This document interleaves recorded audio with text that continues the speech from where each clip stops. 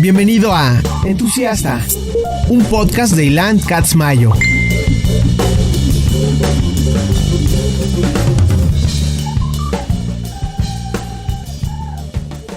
Entusiastas patrocinado por Skullcandy. Grandes earbuds, grandes audífonos, gran producto, se los recomiendo ampliamente.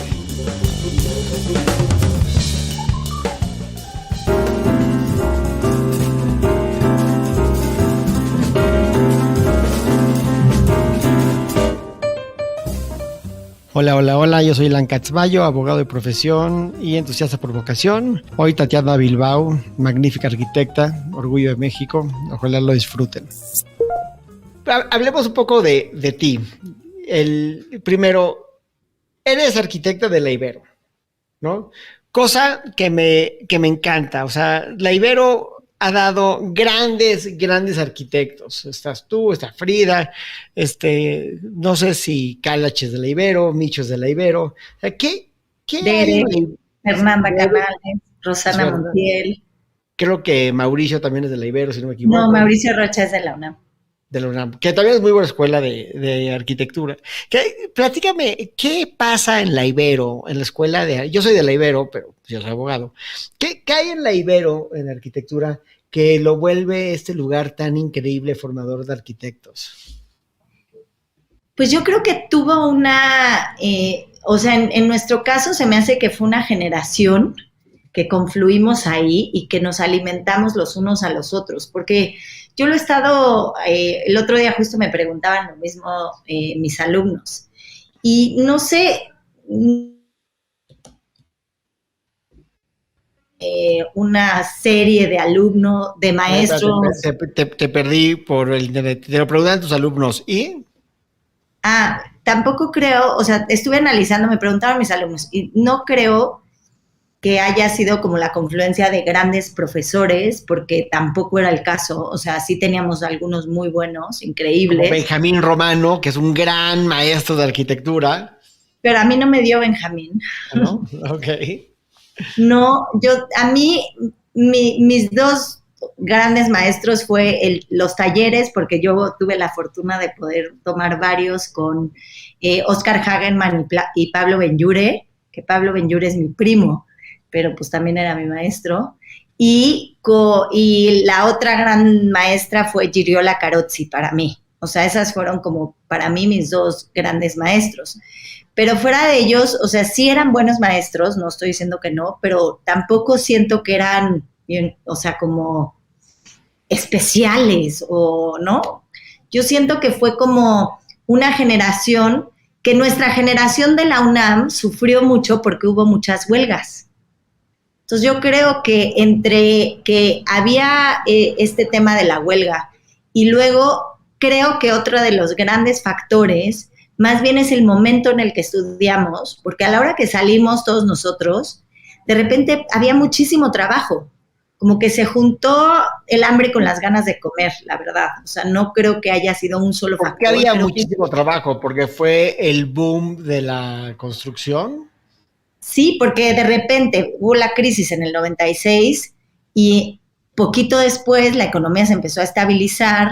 México justo en los 90, ¿no? Empezó como a convertirse en este jugador global y se resuelve la crisis, ¿no? Viene como la bonanza del after crisis, que siempre pasa, y empieza a haber muchísima inversión, un boom de desarrollo inmobiliario importante, y entonces pues de repente había mucho trabajo y todos salimos al mundo laboral con muchísimo trabajo. Entonces creo que eso también es otra cosa que justo una generación antes de nosotros sufrió muchísimo porque no había trabajo.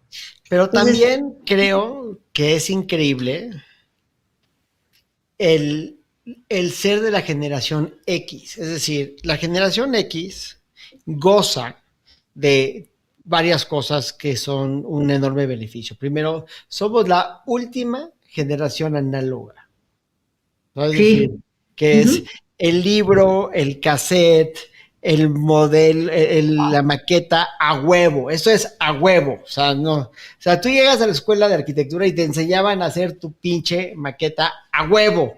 No había, sí. Hoy yo no sé si alguien haga maquetas. Yo creo que... Bueno, yo todas porque a fuerzas, o sea, se hacen porque sí. Claro, pero no todo el mundo, ¿eh? No todo el mundo, pero sin duda creo que uno de los, tienes toda la razón, o sea, fíjate que no lo había pensado, pero yo, Tatiana, además, por ejemplo, no tengo ninguna herramienta digital, no, yo uso la computadora para esto, Sí. para presentación, o sea, sé usar Keynote, Outlook y el web browser, o sea, hacer transferencias. Tú agarras un lápiz y... Sí, y hago maquetas y dibujo. Yo no sé usar la computadora para trabajar, para dibujar. Con decirte que soy zurda y el mouse lo manejo con la derecha. No, pues sí. No puedo. Nada que ver. Entonces, Nada que ver. el hecho de ser la última generación análoga nos hace ver y entender el espacio de forma muy diferente. Eso es primero. Dos, nuestras referencias culturales son muy ricas comparadas a las anteriores. Porque cuando nosotros empezamos, el modernismo ya era pasé, Sí. ¿no? O sea, el rock ya no era o sea, es decir, el rock, la música, ya era pasé, o sea, es Ya decir, era pasé. Sí. sí, o sea, nuestras referencias son, New Wave, la cultura El inicio callejera. del tecno. Sí. Exacto, ¿no? Y street culture o sea, esta influencia de todas estas cosas que las generaciones que siguen no lo pueden mamar de la misma forma porque ya todo se parece a lo mismo. O sea, hoy lo punk no se ve pasé, se ve punk. ¿Me explico? Los New Wave no se ve pasé, se ve New Wave, ¿no? Porque estas cosas siguen siendo referencias culturales contemporáneas. Y por el otro lado, creo que también, Ilan, sí influye muchísimo que somos como la primera generación, o sea, justo como que todavía seguíamos en el análogo, pero ya teníamos muchísima más posibilidades de encontrarnos con referencias mucho más a nuestro alcance. Claro. O sea, poquitas generaciones antes, pero también viajar. O sea, se volvió mucho más fácil viajar, se volvió mucho más fácil accesar a información, más barato, mucho más fácil accesar a información. Sí. También venimos de una generación donde era mucho más común ser bilingüe. O sea, todos venimos de un mundo donde cantábamos en inglés. El mundo canta en inglés. Antes de nosotros, nuestros papás no necesariamente cantaban en inglés, cantaban en español. O sea, cuando cantaban en la regadera, cantaban en español. Sí, claro, y nosotros entonces ya pudimos accesar de repente, ¿no? A muchísima más información, porque sí, ya podíamos leerlo. Sí, es la verdad. Y en México nos pasa una cosa que es diferente al resto del mundo, que es que yo creo que la arquitectura contemporánea mexicana, que muchas se parecen entre sí, y no lo digo como si fuera una cosa mala, o sea, yo creo que se parecen en cosas muy buenas, que creo que muchos se lo debemos a Norten y a Kalach y a ellos, ¿no? Pero es que esta cultura muy de Barragán o muy muy mexicana, ya le tenía un gran respeto al material. Uh-huh.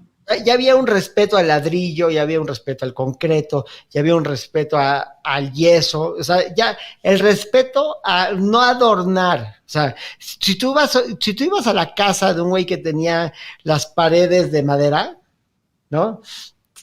Pues tal vez en una casa en el Pedregal, por decir algo, y tenía estas bibliotecas, pensabas que era político o narco. Sí. ¿No? Entonces algo no está bien, ¿no? ¿Por qué no tiene las paredes como las otras, como las casas más barraganescas? Y eso es algo que el arquitecto mexicano, por los espacios donde crecimos como niños, que crecimos en casas, tal vez de clase media alta, en colonias donde la gente se hacía una casa de un tamaño chiquito, pero las casas eran muy funcionales, con esos closets de los 70s, de los 80s, que no eran unos closets como los que la gente tiene hoy, que son recámaras y con unos baños chiquitos, con esta funcionalidad en un espacio muy generoso en el que crecimos. Yo creo que esa es la magia de nuestra generación de arquitectos. Sin duda, estoy de acuerdo contigo. Sin ¿No? ¿De duda. dónde lo sacas? ¿De dónde lo estás mamando? Pues estás mamando de que pues tal vez creciste en una casa en La Herradura, o en Tecamachalco, o en Bosques, o en un departamento en los, o sea, donde sea, pero pues tú ibas o si vivías del sur en San Jerónimo, ¿no? En estas casas que pues realmente no eran de gente millonaria, eran de gente normal, que fue a la Ibero con otros güeyes normales, ¿no? O a la UNAM con otros güeyes normales, que todos vivían en casas muy parecidas, y que veían los libros de Tadawando y decían, esto está súper chingón, ¿no? Sí, sin Y que, duda. sí, y que al igual que estaban leyendo el libro de Tadawando, todos estaban oyendo la misma música. O sea, yo no me imagino que los arquitectos de hoy o sea, yo me imagino a todos en la misma peda, tomando chela, escuchando a los Smiths. No me los imagino escuchando a Cabá. No, me los imagino Sí, todos como que muy exquisitos. sí, sí, sin duda, sin duda. Y yo creo que eso, pues sí, hace que seamos una generación, ¿no? No sé. O sea, todo eso. Y All of the cuando, above. y cuando tú llegas a dar clases, por ejemplo, a Yale, ¿cómo, cómo mides las diferencias claras culturales con tus alumnos? Que vienen de todo el mundo. O sea, ¿cómo recoges tú esta mexicanidad que no es folclórica en ti? Y que también es una cosa extraña, porque, o sea, si te pones a ver, pues mi mexicanidad es muy, podríamos decirlo, está muy comprometida, porque, pues porque, digo, sí, yo nací aquí, pero vengo de dos familias que no son mexicanas, ¿no?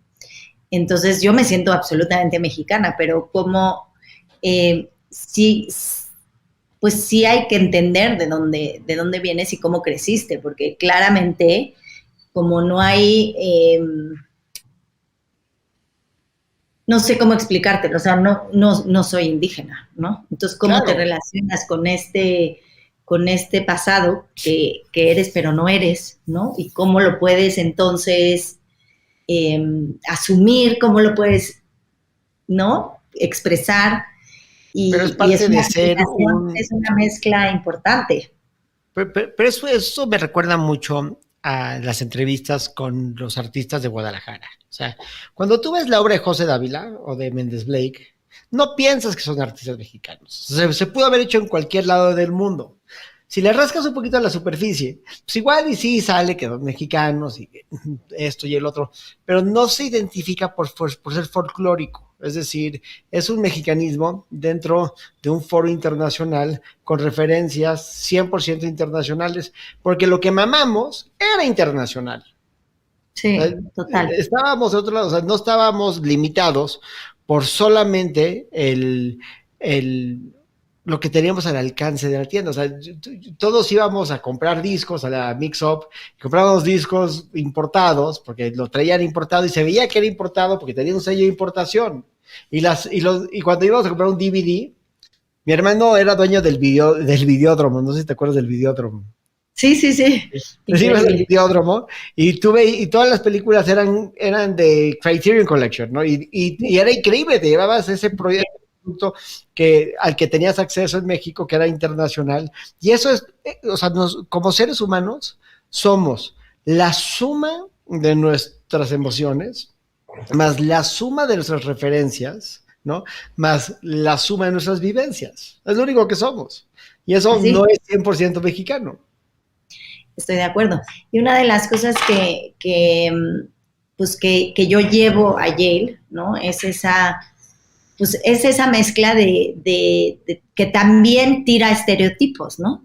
O sea, porque justamente algo de lo que yo me he permitido como entender es hasta dónde estamos estereotipados en Estados Unidos, ¿no? Es una cosa muy fuerte, pero también la gente de Estados Unidos en México, ¿eh? O sea, sí hay una condición que se ha dado a lo largo de los años, que las dos culturas, bueno, uno, la referencia que más hemos tenido, porque es la influencia más grande que hemos tenido, por evidentemente que viene desde la colonia, pues es una influencia europea. Tenemos una concepción completamente como establecida, ¿no? De ser una colonia en todos los aspectos, y por ende, pues estas son las referencias que han llegado a construir nuestra cultura.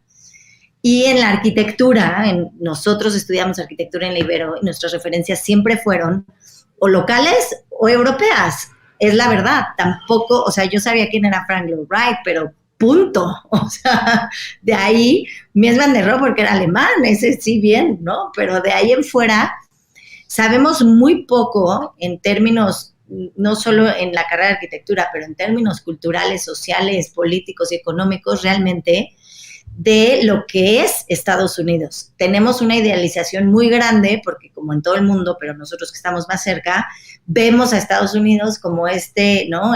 La panacea del planeta y el sueño a cumplir. Y en Estados Unidos, pues es un poco lo mismo, pero al revés, ¿no? Fueron fundados por todos estos, o sea, como Estados Unidos sí fueron fundados, como todos estos europeos. Bueno, más que fundado es la diferencia entre una colonización y una conquista. México fue conquistado a través de una invasión que derrocó un imperio. En Estados Unidos llegaron personas distintas a generar colonias donde iban a vivir y prosperar, que después se unieron. De hecho, es el único país del mundo que no tiene un nombre. O sea, Estados Unidos no es un nombre, es una descripción de quién son. Por eso se dicen americanos, pero no somos todos. Pero bueno, el caso es que ellos también, toda su educación está basada en referentes europeos. Ya se abrieron, a los orientales, pero tampoco, ¿no? Y México, quién sabe qué es ese país que está ahí. El primer día que llegué a dar clases a Yale, presenté mi estudio y se me acercó un alumno y me dijo, pero ¿cómo, Tatiana, vienes desde México a darnos clases? Y al principio no entendí la pregunta, después me di cuenta que le parecía lejísimos, y entonces le dije, oye, ¿y le dices lo mismo a Zaha Hadid, que estaba al lado de mí? Y me dice, no, pero ella viene desde Londres. Y yo... Claro, exacto. México es el país de al lado, ¿no? Tienes la frontera, de las fronteras más conflictivas, más grandes y más transitadas del mundo con México. Estamos en el mismo uso horario, en el mismo continente. ¿Cómo? Yo no vengo de tan lejos, ya sabes. Y entonces le dije, ¿cómo? Pero pues si son 4 horas en avión y luego pues ya nada más llego aquí, no tengo cambios. Pero conceptualmente, si sales del tema de la distancia, o sea, de que la distancia es un concepto objetivo, es la Ciudad de México, después de Canadá, es la capital más cercana a los Estados Unidos. Cuando hay una capital de un país más cercana, ¿sí? Y aparte es la megalópolis más cercana a Estados Unidos también. Entonces, pues, para ella es tal vez contraintuitivo, pero pues, es ignorancia, ¿no? No, totalmente. Entonces, ese día dije, no, pues sí hay mucho que hacer, ¿no? Primer día de clases con mis alumnos. ¿Quién ha estado en México? Yo en Tijuana, yo en Cancún. Y yo no, pues, o sea, a ver, muchachos, ya saben. Y entonces dije, no, pues algo muy importante y una de las razones por las cuales tengo que seguir aquí es para poder entender, ¿no? ¿Quién es realmente este país? Y a ver si yo puedo traer algo de lo que es el nuestro aquí. Y es lo que he hecho. ¿Los traes a México? ¿Los has traído? Sí, claro, todos los semestres. Ahorita están aquí. ¿Y qué les enseñas? Todo. Desde comer Pero, hasta... Pero si tienes que enseñarles, o sea, cuando tú les dices, te voy a enseñar esto, ¿qué les enseñas? De entrada, que vean lo que es el país. No pueden creer, o sea, nadie se da cuenta, y porque no lo saben tampoco realmente, la historia que existe en este país. Eso es una de las cosas como más impresionantes, porque en Estados Unidos todo es relativamente nuevo y creen que lo viejo, solo es lo viejo para ellos, solo está en Europa o en Asia, de repente, ¿no? Como que ahí sí más o menos saben. Pero ninguno, nadie entiende la historia que hay en este país. O sea, nadie entiende que aquí hay una historia milenaria, porque nadie se las ha enseñado, nadie se las ha dicho, ¿no? Eso es lo primero que me parece como vital, y eso es lo primero que hago. Llegan y a Teotihuacán, y vamos a explicarles. Y eso que no es el ejemplo eh, como más representativo, pero es el más cercano y el más fácil, ¿no? Y ni siquiera es el más viejo de todos, ¿no? Y entonces cuando se dan cuenta de eso no lo pueden creer. La siguiente, que creo que también es otro mito que es muy grande, pues es eso, como que aquí no hay civilización, ¿no? Cuando se dan cuenta de esta megalópolis, que es realmente una megalópolis, con todas las, con todos los beneficios y las problemáticas de una megalópolis, esa es otra sorpresa, la siguiente sorpresa, no lo pueden creer, o sea, de veras, no es broma que creen que todos somos criminales, drogadictos y vivimos, yo no sé, con taparrabos y rindiéndole homenajes a los dioses los domingos, que también lo hacemos, pero de unas maneras bastante más contemporáneas. Y lo primero que para mí me parece vital es eso, como romper estos mitos, estereotipos que se han ido generando a través de los siglos, que nos pasa, te digo, al revés, a nosotros también, de lo que es Estados Unidos, y es muy sorprendente, porque se dan cuenta de las riquezas que existen y que les pueden realmente aportar otras cosas, pero sobre todo, y mi mayor preocupación es que hoy en día México y Estados Unidos somos una región, ya no somos dos países, somos una región simbiótica en todos los aspectos, cultural, social, políticamente, económicamente, y no se está estudiando como tal, no se está viendo como tal, al menos en la arquitectura. Nadie habla de la transformación de las ciudades en Estados Unidos por la mano de obra mexicana, por ejemplo. Nadie habla, porque yo te estoy hablando de mi campo, ¿no? En arquitectura. Nadie habla de la transformación cultural que se está generando a partir de toda la población mexicana que se ha instalado en las ciudades. Han transformado barrios enteros, y esto, ¿quién lo está estudiando? Nadie. Y lo mismo viceversa, ¿no? Los materiales que han venido desde el Tratado de Libre Comercio a México están transformando, pero diametralmente, la forma en la que habitamos aquí. Y eso, ¿quién lo está dando, no? Por otro lado, como la forma de vivir, ¿no? El hecho del suburbio y cómo se ha entendido en México, de cómo se ha entendido la influencia del estilo americano, representado en las casas del sueño americano, cómo ha transformado la forma en la que se construye en cada esquina de este país. Los migrantes que traen, los migrantes que se llevan, ¿no? Hay un flujo constante de gente de una forma importantísima, de un lado y del otro, ¿eh? Y la colonización de la Roma y la Condesa de expatriados americanos. Y San Miguel Allende, y Los Cabos, y Cancún, de otra forma, y Tijuana, o sea, pero también igual al revés, te voy a hablar del barrio de La Misión en Estados Unidos, de Castro, en San Francisco, digo, sí, de Amherst en Queens, en Nueva York, o sea, métete ahí, es Puebla, o sea. Es increíble. Increíble. Yo veo en tu obra muchísimo, no tanto obviamente en los high rises, pero veo en tus casas mucho de, o sea, ¿cómo decirlo? Tu secreto siento que es la escala, ¿no? O sea, la escala es todo en ti. O sea, veo que todos los espacios tienen un gran respeto en proporción a la altura y no son demasiado grandes, no son demasiado chicos, tienen como mucho respeto al espacio que va a habitar una persona.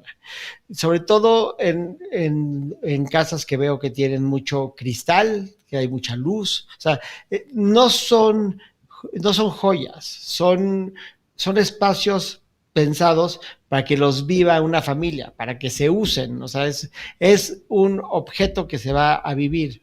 ¿Y siempre fue tu filosofía hacerlo así? O sea, contra esa cultura que hemos tenido en México de llenarnos de adornos que son demasiado preciosos para tocar o para sentarte. Pues fíjate que sí, me encanta que lo hayas entendido de esa forma, porque sí hay una búsqueda en la oficina desde hace mucho tiempo que ahora se ha hecho como mucho más consciente de dónde viene, de encontrar esas posibilidades de tener espacios que se van escalando para generar distintos tipos de relaciones humanas, eliminando como de alguna forma dicotomías, ¿no? Porque siento que algo de lo que ha hecho la arquitectura desde el modernismo a hoy es estos gestos de alguna forma que son o hiper como privados, contenidos, o hiper masivos, expuestos, abiertos, ¿no? Y me parece para mí que hay una necesidad como muy grande, o son hipercontenidos dentro de este grandísimo contenedor gigantesco, ¿no? Y para mí me hace falta como esa posibilidad, esa relación a una escala muchísimo más accesible a mi cuerpo, a la sensación de cuerpo en el espacio. Y justo hace poco me dieron una entrevista, ¿no? En donde me preguntaban cuáles fueron como los inicios de la oficina. Y yo hablaba mucho de que al principio, cuando empecé a trabajar, como que yo estaba muy insegura, me sentía como muy, de veras no me sentía con las herramientas suficientes para hacer arquitectura, de ninguna forma. O sea, me sentía idiota, la verdad. Y yo creí que más bien es que había pasado dormida en la escuela o que no tenía las capacidades para aprender lo que otros tenían. Y entonces con esta como esta insuficiencia o esta inseguridad de herramientas, de capacidades para hacer arquitectura, pues empecé como a trabajar con otros arquitectos, me juntaba, me sentaba a oír, me ponía a ver. Y hoy en día me doy cuenta que más bien, o sea, sí, sí, definitivamente cuando sales de la escuela también no sabes nada, es la verdad, pero también creo que había una incomodidad o una incapacidad de relacionarme con esa arquitectura que me habían enseñado de estos gestos masivos, y, y una incomodidad de cómo se producían y de para qué se producían y cómo se entendían. O sea, a mí nadie me enseñó como a entender los espacios a partir de mi cuerpo, por ejemplo. O sea, Eso es escala. Eso es escala. Sí, escala. Y entonces, cuando empecé a entender, ¿no? Tanto en cómo relacionarme con los espacios a partir de mi cuerpo, a partir del cuerpo de la gente que lo va a habitar ahí, a partir de las personas, de las historias que van a relacionar ahí, que van a vivir ahí, cambié entonces totalmente la forma en la que veía la arquitectura y en la forma en la que ya podía producir arquitectura, porque ya me relacioné con algo que sí integraba mi pensamiento.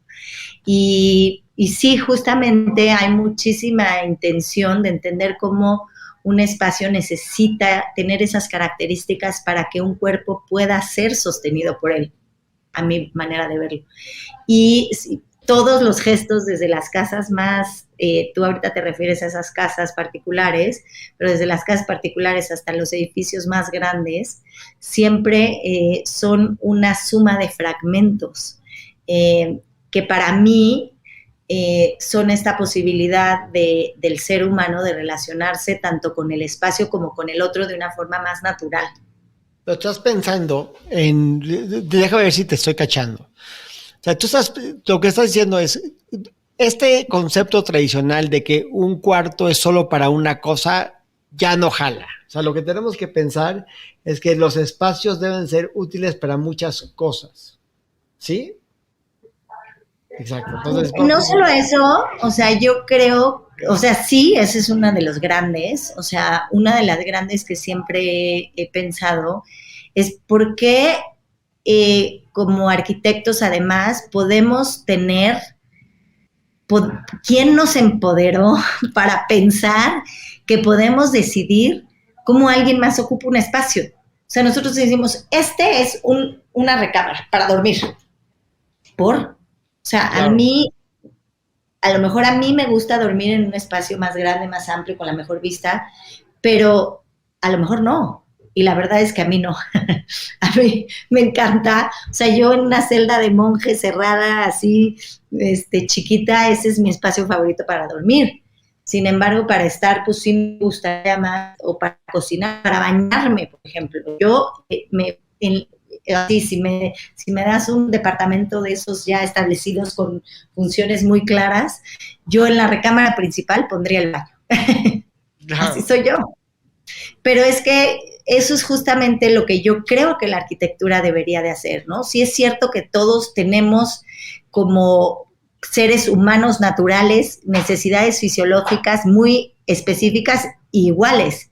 Sin embargo, somos seres humanos y somos seres humanos porque somos muy complejos. Y no todos tenemos esas necesidades fisiológicas, pero no todos las hacemos o las cubrimos de la misma manera. Ninguno de nosotros, ¿no? Y no es una respuesta tan sencilla como que, vamos a hacer un espacio funcional para que esas necesidades biológicas se cumplan, No, estoy de ¿no? acuerdo, pero vamos a pensar en el modelo. O sea, pues vamos a pensar, o sea, el modelo es que no hay modelo, ¿ok? Pero vamos a pensar en el modelo. O sea, tú tienes una familia de 4 personas que quieren hacer una casa unifamiliar o un espacio que puede ser una casa o puede ser un departamento, pero es un blank page para hacer, ¿no? Entonces, si esta persona dice, yo no sé cómo voy a vivir, yo necesito que tú me digas a mí cómo voy a vivir. Entonces, cómo dividirías el espacio? ¿Tú cómo concebirías el espacio? Por ejemplo, Es la que tele la todos saben separaría. cómo vivir, todos saben cómo vivir, es una condición nata. Todos traemos además una suma de capacidades entendidas por cómo vivimos, por cómo ya habitamos, todos habitamos. Eso es una condición que todos tenemos. Todos habitamos este planeta y todos tienen una forma distinta de habitarla, ya sea por cuestiones culturales, históricas, sociales, medioambientales, bla, bla, bla. Entonces yo lo que creo que para mí, lo que ya llevamos mucho tiempo explorando, es que entre más oportunidades de posibilidades de espacios distintos haya, que se pueda un ser humano relacionar en un espacio, más flexible y como más receptor de esa diversidad será. Lo hemos experimentado. Y eso es lo que hacemos en todos los programas. Van a ser más susceptibles de que cada quien los adapte a su uso, cómo van a ser más flexibles a futuro porque no están determinados para algo en específico. Y bueno, no creo que tener la forma ni la manera, ni quiero, ¿no?, la solución del mundo, pero eso es lo que trata de hacer mi arquitectura, de alguna forma, de ofrecer esas posibilidades para que cada quien llegue y decida cómo habitarlo. O sea, ¿Tú hemos hecho. prefieres tener la cocina integrada al gran espacio o crees que es mejor tener la cocina separada del gran espacio para ti?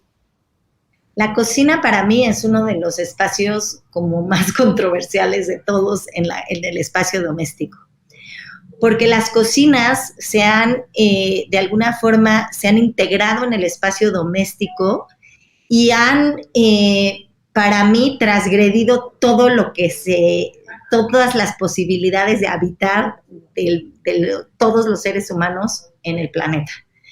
Yo, Tatiana, prefiero una cocina grande, enorme, colectiva, fuera de mi espacio donde duermo, donde habito y donde estoy. ¿Por qué?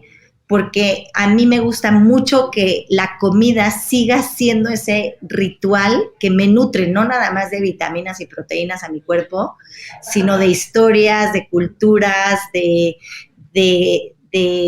de gente, de punto de confluencia, y creo que eso es de lo que la gente más se nutre. Y al nosotros meter a la cocina adentro, pues uno, imposibilitamos que eso se dé por muchas razones.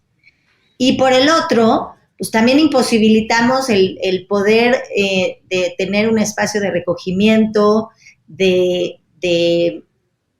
pues de aislamiento.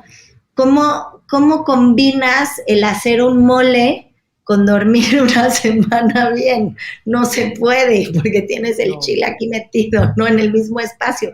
No se puede. ¿Cómo combinas el tener una comida larga con amigos, con gente que toma, que fuma, que habla, que grita, con dormir? No se combina, ¿no? Entonces, ¿por qué los tendríamos que combinar? ¿Por qué no podemos generar espacios? ¿Por qué además se tienen que combinar? ¿Y por qué tienen que estar juntos? En todas las culturas del planeta milenarias, esos dos espacios nunca se combinaron. ¿Por qué hoy decidimos que eso es lo que hay que hacer?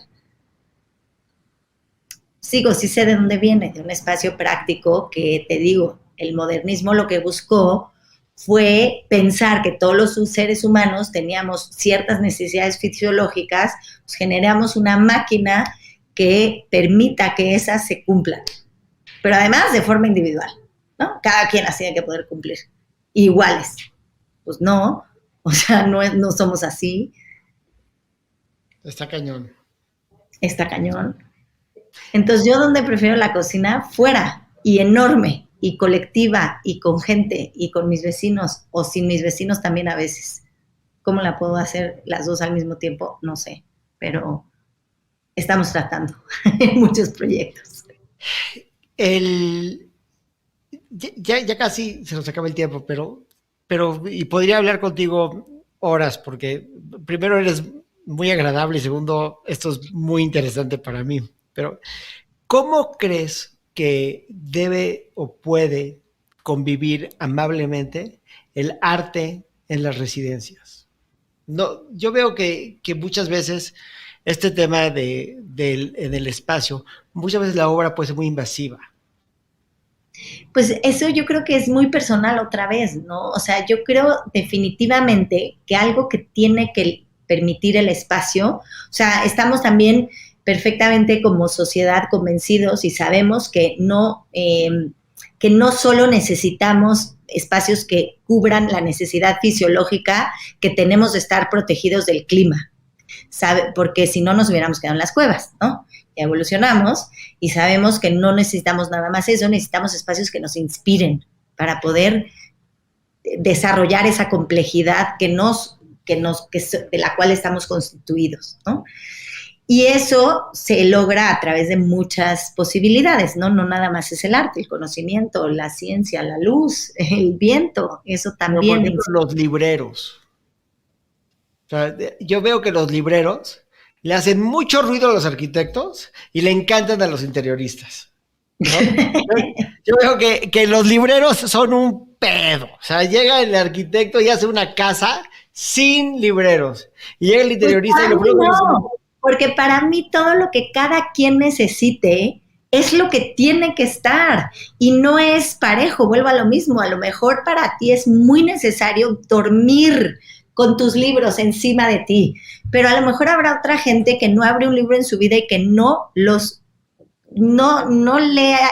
aporta nada.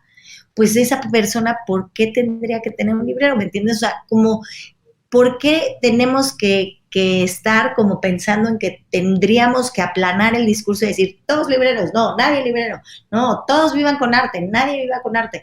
No, o sea, yo siento que esto es una cuestión como absolutamente personal.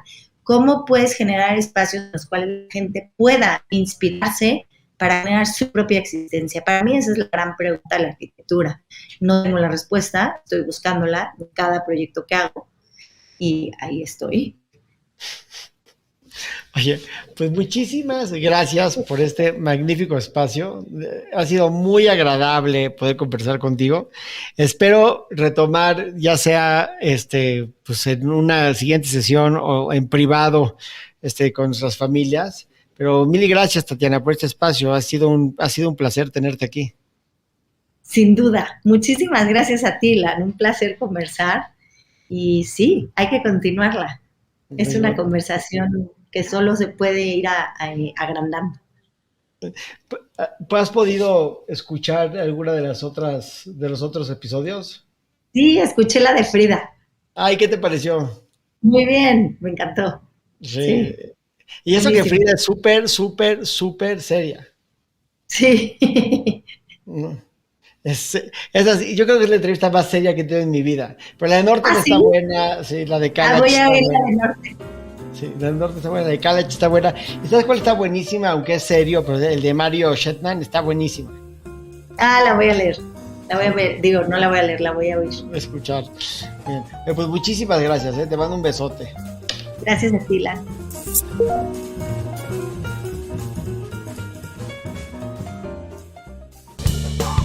Entusiastas patrocinado por Skullcandy. Grandes earbuds, grandes audífonos, gran producto, se los recomiendo ampliamente. Entusiasta, un podcast de Ilan Katz-Mayo.